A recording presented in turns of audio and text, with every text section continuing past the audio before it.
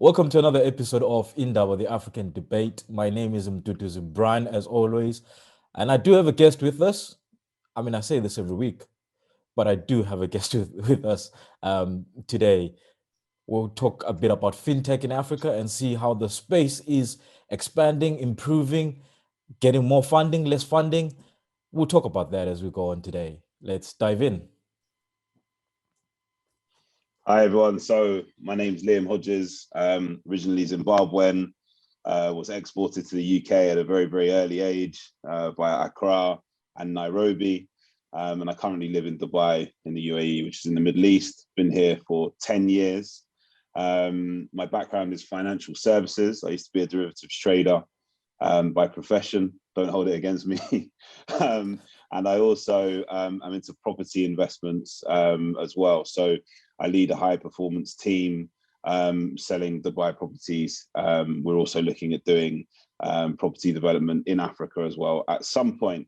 But mainly, I am the co-founder and CEO of Namiri. Namiri is a fintech company which is based in East Africa in Rwanda.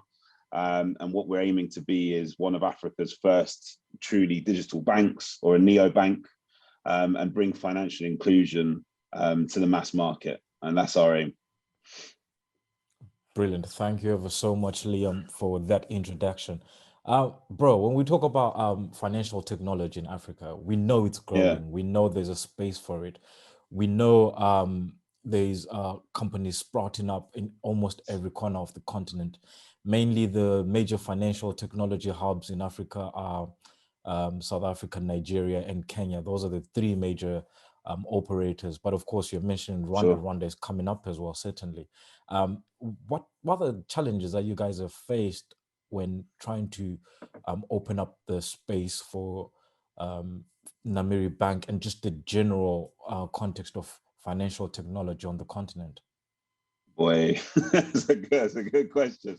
I think the biggest challenge is getting people to understand what we're trying to do, right? And I think that's evident across the continent for most industries. I don't think that's just specific to fintech or to the banking world, let's say. So Yeah. I'll tell you what, our first challenge really, and this happens everywhere. We've had calls with Equatorial Guinea. We've spoken to people in Zimbabwe, not really about Namiri, but about financial services or also some form of technology. And the one biggest blocker is cloud. It's just like we don't seem to be able to get our head around the fact that cloud, and rightly so. I'm not saying anything bad about this. Rightly so, they don't think cloud is safe enough for them to hold their country's data on. I'm Yeah. sure that comes a little bit from some of the things that have happened in the past. Things that have happened to non-African countries like data leaks, etc., etc. But what we're trying to really explain to people is that, with the likes of things like CMEX, which are customer managed encryption keys, these things can't really happen. I think in the belief of the people that, hold the keys to regulation, shall we say, they're thinking that, okay, if we're holding something in AWS or Azure or Alibaba or Ali Cloud, whatever it's called, then the Chinese government or the American government are going to have access to our data. So that makes it very difficult, because the world are using something that's very fast paced, something that allows you to change momentum very quickly in cloud. The ability to kind of Yeah. ramp up very fast without buying new technologies like you do have to with an on-prem system. But you're kind of challenged away from that. So how we did get over that is just basically presenting hybrid models, right?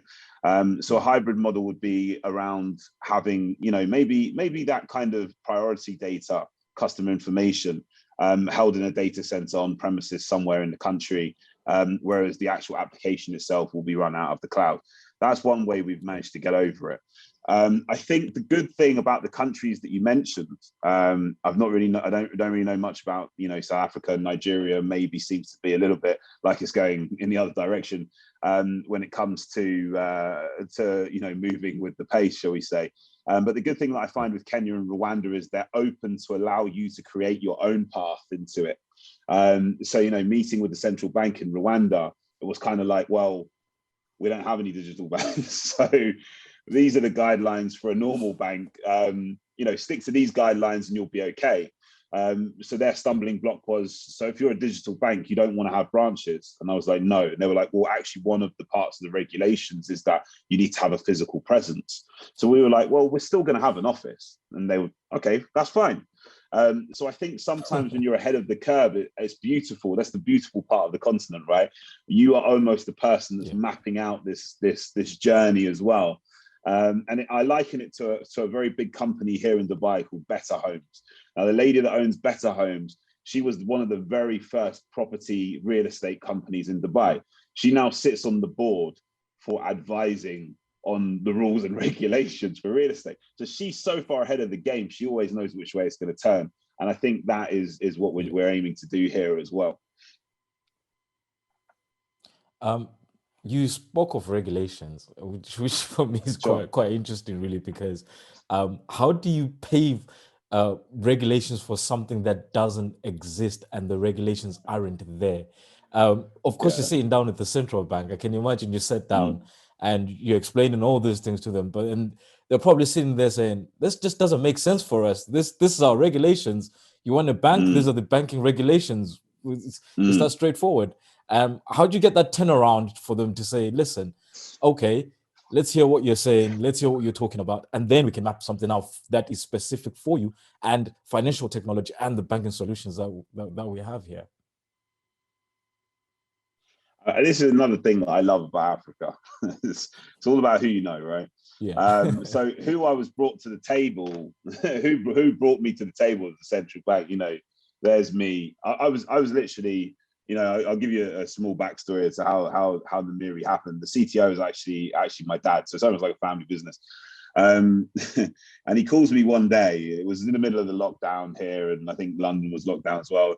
And he calls me and he says, "I want to start a bank." And I was in the middle of cooking breakfast for the kids, so I just put the phone down, laughed, and I turned to the missus and I said, "The old man's he's lost his mind. He's talking about he's starting a bank."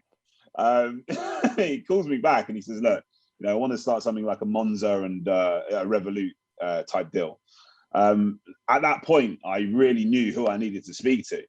And that's a gentleman who's very, very well connected in the continent, but also became a mentor and a friend to me, really and truly.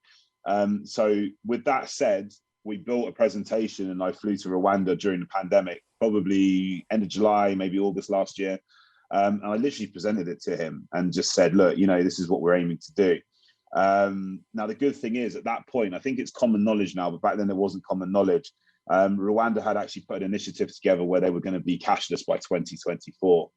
And they kind of, the boda bodas, the kind of motorcycle taxis, they'd kind of digitalized that process of how they get paid because they weren't really having cash in circulation for COVID. So there was already this kind of air of things are going to change, things are going digital. But there was this kind of idea during the conversation that we can't do it in Africa yet, right? And part of my issue and part of the things that I was saying was like, this is what always happens, right? So in 2 years' time, someone European's going to come and they're going to do it anyway, right? So why don't we do it ourselves? And that kind of got me in front of the central bank and just put the case forward. But when you have a strong kind of name that's putting you into that arena, I think people are more susceptible to listen than if I'd just gone the route of calling the central bank. So they were very, very willing to help and very willing to kind of say, okay, look, these are the things that we will not budge on. So there's two licenses. There's either an MFI license or there's a commercial banking license. The MFI license is $2 million. Commercial banking license is $10 million. Pick what institute you want to be, have your place here. The rest of it, stick to those guidelines, but you can do whatever you want from those kind of things. So that's good. I think, it being in Rwanda also changes the game, right? So when I landed in July, the entire airport's controlled by robots. I mean, at this point, we didn't have this in Dubai, and Dubai sees themselves as a very technology-driven city, right? So we're landing in Kigali, and just the way it was handled, the whole COVID situation, was just absolutely amazing. So you have these robots talking to you in English and Swahili and Kinyarwanda. and just add French. I'm telling you, this is where you need to go and this is what you need to do, and checking people's temperatures and things like that. So there was very, very minimal human interaction. So when you have a country that has that kind of mindset, I think it differs from a lot of other places on the continent where they're kind of like, okay, if you're going to come and you're a legit organization, then we're actually willing to work with you and help you achieve what you need to achieve. Now, you spoke about the whole cashless system, and I think cashless societies are coming closer than we think. We see the introduction of contactless cards. They're widely available and widely used now across Europe and parts of Americas. We are seeing most stores, most companies are going cashless in their stores. For example, most mobile networks don't even accept cash in their stores anymore. It's all contactless sort of systems. What are the pros and cons of cashless African society, cashless African economies? We see Rwanda heading that way. What do you think are the pros and cons for that? Okay. I think the cons depends on who you are.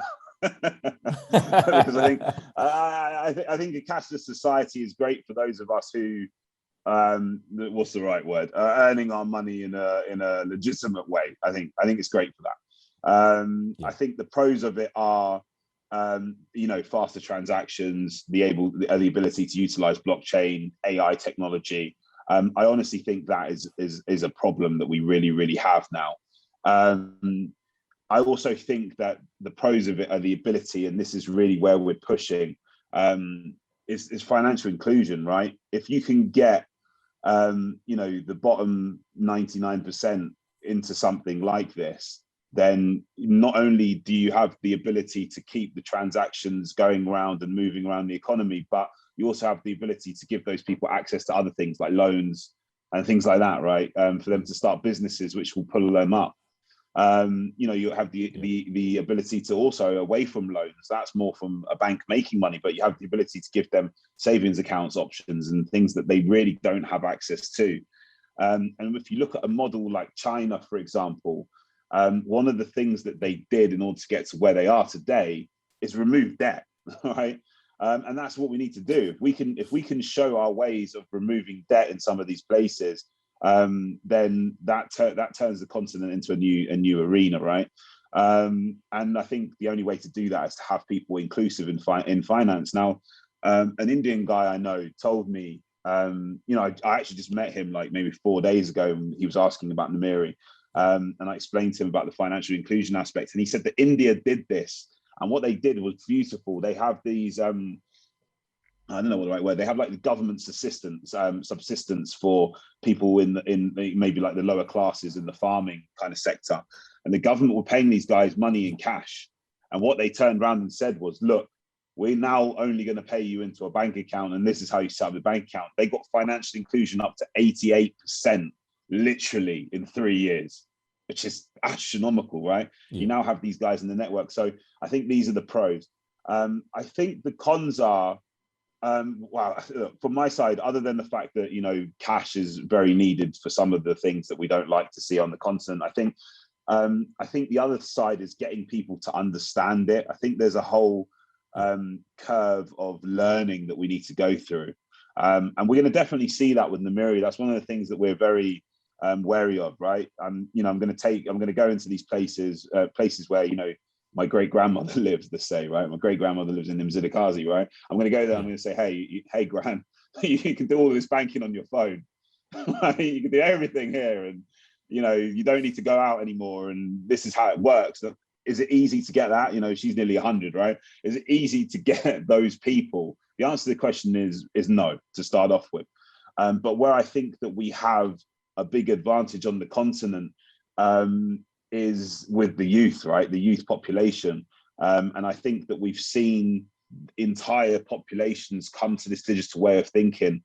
Like you mentioned, Kenya, right? You see that with M-Pesa. They're at somewhere in the 80s when it comes to financial inclusion, just purely through M-Pesa, because you don't have an opportunity, right? You don't have an opportunity to not use M-Pesa. If you go and do business in Kenya, Brian, or if you go to Kenya now, you're going to need it because everywhere takes it. There's going to be a period of time. I mean, it's right down to the level of people who are asking you for change on the street are going to ask you to M-Pesa them. So when you've got it at that level, it change. Everyone needs it. Yeah. So there's that aspect. So I would see that's probably one of the cons, but I also think that's fairly easy for us to get around as a continent anyway, just based on how the demographics and the population age. Oh, I'm glad you spoke about financial inclusion, because I've always had this thought that how does one convince somebody that's in the rural areas of Africa just heading his cattle on a mobile phone, mind you, getting all the internet access? How do you then convince him and say, listen, bro, you need to have a bank account because this will help you sell your cattle. This will help you do this and that. And for me, I looking at it, it seems like a massive task, because this guy will turn around and say, for the past 40, 50 years, this is what we've been doing. So it's worked for us. Exactly. Who are you to tell me this is different? So, I see your challenges that you have on that aspect, because that's going to take a lot of convincing, and it's going to take a lot of turnaround to actually get people to subscribe into the fact that having a bank account has advantages, and being part of the mobile money network or banking system has its advantages. So, I'll leave that one to you. Now, so I mean, look, is that the question? No, I was just saying, yeah, you can go for it, man. You can go for it. Let us know how you can convince that guy. No problem. So I think that, look, there's two ways that we have to look at the continent, right? And you've been in many rooms where I've spoken about this same topic, and there's always going to be a difference in opinion, right? But there's the so-called democratic countries, and there's the what we would think they're democratic but non-democratic countries. I think in the latter, it's easy to convince people, right? And I think that Rwanda sits in that spectrum, which is beautiful for us as an organization, right? Because you basically are going to get told, this is the deal, right? You do not have the ability to use cash anymore. So you've got to change at that level. That's how China did it, right? You do it or you don't. Which one is it, right? I think on the other side, I think that will come in anyway because they'll see other people doing it, right? So let's look at like the last week in kind of tech or fintech on the continent. We had a couple of countries turn around and say that they were going to all of a sudden create crypto coins. And all of a sudden it was like a flurry of countries. One of those countries, including Nigeria, who have been very, very against crypto as a government, right? But they're now all of a sudden they're like, oh, we need to get on this thing because, Tanzania are saying they want to do it. Rwanda said they wanted to do it. Obviously Ethiopia were probably the first to the hurdle to say, okay, we're gonna adopt Cardano and we're gonna start trying to do something with them around smart contracts. So I think on the second point, it is difficult, but I think as you go in there and you start showing people the bonuses and the benefits of doing that, the way I believe in running sales teams for the last, however long, show my age, 18 years or whatever it's been. I think every single thing in this world is sellable. You just have to have the right story. And I think if you get that story correct and you get those features and those benefits and you're able to get people to see that these features really do benefit them, you can turn anyone around on that scale of things. Smashing. Speaking about turning our people around into the financial services, let's speak a bit about Namiri. What is Namiri Bank, and what makes Namiri Bank unique to other mobile money payment solutions, such as Pesa, such as Mondia, EcoCash? What makes it unique from those mobile payment solutions? Sure. This is a question that I love. So Namiri, we always say Namiri is trying aim to be Africa's first truly digital bank. A lot of people ask me why we stuck truly in there. It's not even our tagline. It's just really what, was driving us to do. And the reason we stuck truly in there is there are a couple of people that are on the continent that are doing digital banks, right? We're not the first digital bank in Africa, and I'm pretty sure we won't be the last. At this moment in time, we're probably one of the new kids on the block. What sets us aside and why we say truly is we want to do it without having the influence of having actual banks involved. So people like South Africa, like Time Bank, people in South Africa like Time Bank, or people in Nigeria like Kuda, they've already crossed that bridge of having partnerships with traditional banks, or, you know, in Kuda's case, Yeah. in Time's case, you know, opening actual branches because the people were like, well, we need branches, right? I think what we're aiming to do really and truly is just be like, look, this is what it is. It's, you know, no bricks and mortar, but what you're going to get from that is lower costs. You're going to get lower transaction costs. You're going to get faster transaction speeds, right? When I did the kind of research paper, you know, I had the beauty of having people I knew in 30 different countries on the continent. So I was able to leverage into that and then ask people what their problems were. What are your problems with banking? And it went from bad to terrible, to, in the case of when we got to unfortunately our home country, just embarrassing, right? Because it went from just high cost fees, slow transactions, to being charged for using your own ATM, which unfortunately was Zimbabwe. So to me, it was like, we have serious issues, right? When I go back over the process of my journey through the continent, I started to see certain things that gave me insights as to how we could be unique and how we could build these USPs. One of those first things was 10 years ago when I went to Nigeria for the first time. You know, here I am on the street changing money.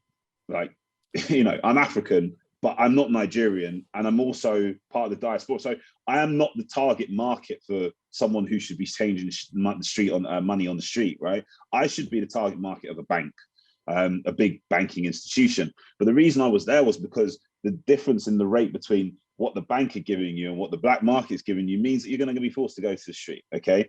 So one of the things that we want to do is we want to actually bring that back in line, right? So sending money, paying staff from Dubai through to Kenya, you know, when we were doing that, we would see that the rate from the shilling to the dollar was like 75 to 1. But when you get to Kenya, even the hotels are giving you 95 or 100, right? So at this point, you're understanding that the banks are just really trying to make money, okay? Then I had a whole team of people who were of Nigerian descent who worked for me in offices in Ghana. And they would send money home, as we all do, right? And when I had this conversation with a few of them, so, you know, I'm speaking and I'm asking them, you know, how do you do it? How do you transfer money? And they're all using outside banking channels, what we would call in this part of the world, hawala. So, you know, you're going and you're giving some guy on the street corner your money, and, you know, your parents or your grandparents are picking up that money on the street. That's absolutely ridiculous, okay? That should be for people who don't want their transactions to be seen. That shouldn't be for you and I who's trying to send $1,000, okay? When you ask those questions and you start to find out the reasons, those reasons are things that show that banking in Africa is still in 1980, right? It's because, you know, transactions are taking, you know, 3 days. Transactions in the UK haven't taken 3 days for 15 years, right? You know, we get same day transactions. If I was to send money to you now, I'd press the button on my NatWest account. You'd get it instantly. You'd tell me, oh, it's coming straight away, right? So these are things that can be handled using blockchain technology. The banks are going to tell you, oh, we need time to reconcile our data, right? Those of us that have worked in banking will tell you, actually, what they need time for is to make money from that bit of money you're sending, yeah? So if we can actually just have those transactions come in, which can definitely be handled by blockchain and all those systems in there, then that speeds up the process. It means that, you know, I've been in situations where I've been traveling the continent with sales teams and something happens, you know, unfortunately, you know, deaths or injuries or whatever, and they cannot get money to their people back home. And we could be in Ethiopia and it could be Kenya, an hour away, right? So when you look at those two things, those are our USPs. Another one of our USPs is Diaspora, you know, being able to get money in. You know, the backstory to that is we were actually meant to go to Kariba for my father's 60th. Everything was paid for. Then unfortunately, you know, Lady Corona came along and ruined everyone's 2020. We weren't able to actually go and go to Kariba. So now we're asking for the money back. And everyone was, you know, it was fine. The lodges and things like that, they were like, yeah, no problem. One issue, can't send you the money back, right? So we're like, okay, right, we're going to try and find a way around it. So now we're trying to send money from Harare to Skies to my grandma, like, you know, send the money to Grand kind of thing. And it's like, well, we can't do that either, We're having to use outside banking channels within the country. So, you know, the diaspora has a big issue there. And I think if you look at the remittances back home to the whole continent from the diaspora, that's huge. That's a huge thing. So there are ways for us to do that. We're talking about billions a week, exactly. So there are ways that we can do this. Just not even having Namiri registered in the UK or in America, just strategic partnerships that can work that out. Yeah, and people have done it. Like you look at TransferWise, the process that I'm explaining to you about Hawala, that is literally TransferWise. That is what they do, just in a tech form. Yeah, I want to send money from the UK to Zimbabwe. You want to receive money, the money will just go into Brian's account in the UK, and Brian's account in Zimbabwe will send the money out to whoever I want in Zim, right? So that's Hawala, right? So it's already being done. Why are banks not accepting that that is the future? Because they still want to have this stronghold on it. So we want to be that. And that's part of the reason why we chose the name Namiri. We wanted to be that unique face of banking on the continent. So those are our USPs. The last one is one that I can't get into too much proprietary information with you because it's our big secret, but I'll tell you what it does. The big secret is we believe that we have found a way to shield African banking customers from currency risk, which is huge for us, right? This is another journey. This is another journey that I was on. So going to Nigeria in 2011, the Naira is 150 to 1. Today, it's probably 550 or 600. Going to Ghana and setting up offices in 2015, it was probably the same as the dirham. So it was around about, let's call it 4 to make the maths easy. But it's now just over 6. It's been up to 7 or 8. So we're looking at currencies that are devaluing 20 to 25% per year. Okay. Now that's great if wages are changing, but really and truly wages are not changing, right? So how do we do that? We want to be able to shield African banking customers from currency risk. So, you know, you're transacting at today's rate, but if your money is left in your bank account, you're still protected if something crazy happens in the next couple of years.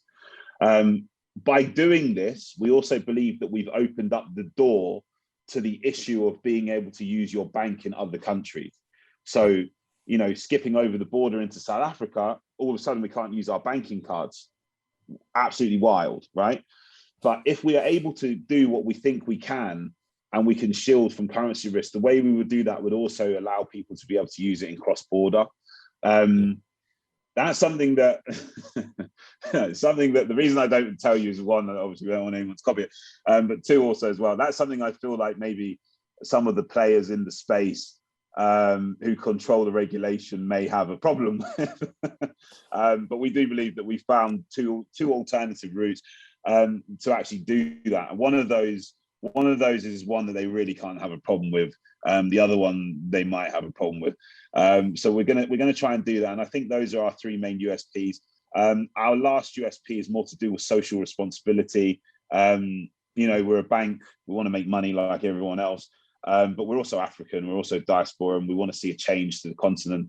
So the two social responsibilities that we've put in there, the first one is we want to have a crowdfunding application on there as well, section, something maybe like GoFundMe or something, but rather than just having, you know, random things, we want that to be localized to your area. So, you know, for small things, somebody wants to send their son to university, for example, you'd be able to do that. Ways that we could do that are, you know, give 1% of every transaction you do, just give some money towards it. Or also there's this way that, you know, you top up the rest of your transaction. So if your transaction is $5.80, that 20 cents will always go to charity. So those are the ways that we're looking at doing it. And the second thing that we're doing is we want to build a tech academy that builds and nurtures African talent in the tech space. We know that some of the learnings need to come from outside of the continent. Some of those learnings are going to need to come from Europe. Some of them are going to need to come from maybe America. But we want to have those transferable skills and knowledge remain on the continent. So we want to have like a tech initiation program where we can take these kids from university, train them, and then also give them jobs at Namiri as well. So that knowledge and information also stays within Africa. So it's not only a bank, but it's a bank with Ubuntu infused into it. That's exactly it. Do we have a launch date? Do we have an idea when Namiri will become active on the continent and globally? At this moment in time, we're actually going into our fundraising round. So I'm taking a journey, hopefully, to see somebody who will hopefully, I can turn upside down and get money from next month. Once we do that, we'll be much clearer. At this moment in time, we're at MVP. We've got everything sorted. It's just really the funding to get the tech and the banking license, which is a big, hefty amount. That probably will hopefully take place from my my guy that I was talking about earlier. We've been working with him to see if he can help us in that sphere, which he said he will be able to. Once we go down there next month, things will be clearer. But we really believe that once the funding is up and running, this is something we can put together within 6 months. The tech is there. The information is there. Putting together the infrastructure is there. Our CTO was ex-CTO of HSBC. He's done massive kind of deployments and infrastructure across the continent already. He worked for big major players like Barclays, JP Morgan. Barclays on the continent, JP Morgan, Bank of America in New York, and also in London, HSBC in Hong Kong. So he's also used to doing these kind of things. One of the rollouts that he did was across China as well for HSBC. So he's also used to that regulation part, which is why we know about the CMEC keys in depth, because these guys in Africa were actually right. There was a point in time when Google were actually allowed, as part of the terms and conditions, to access your information. Now, when they got there to China to load this up, the CCP were not having any of that. So that actually changed the terms and conditions, and our CTO was one of the people that had those terms and conditions changed with GCP and the CCP's involvement. So once we know where we are with the funding, the roadmap becomes very, very, very clear. It's just a switch of a button. So we hope that we'll be up and running by this time next year, definitely, and everyone can be, banking with Namiri. Brilliant. I think when it comes to the security aspect of it, the good thing is that you find that South Africa have also, in a way, released their own GDPR regulation, which is robust towards some of these things when it comes to data protection, data leaks. So I think we are heading in the right direction, and I think you have got into the space at the right time if you're not just slightly above the curve. Liam, it's been a pleasure, bro. Thank you ever so much. Thank you, brother. Thank you for inviting me. And stay in touch. No Look forward to problem hearing at all, from you man. again. No worries, bro. Take care. As always, his name is Liam. I am Brian. This is Indaba, the African Debate. Clearly, FinTech is one of the ways that we can bridge the gap between a fast developing world and a very young population on the continent. And I think this is one of the greatest ways to bridge the gap.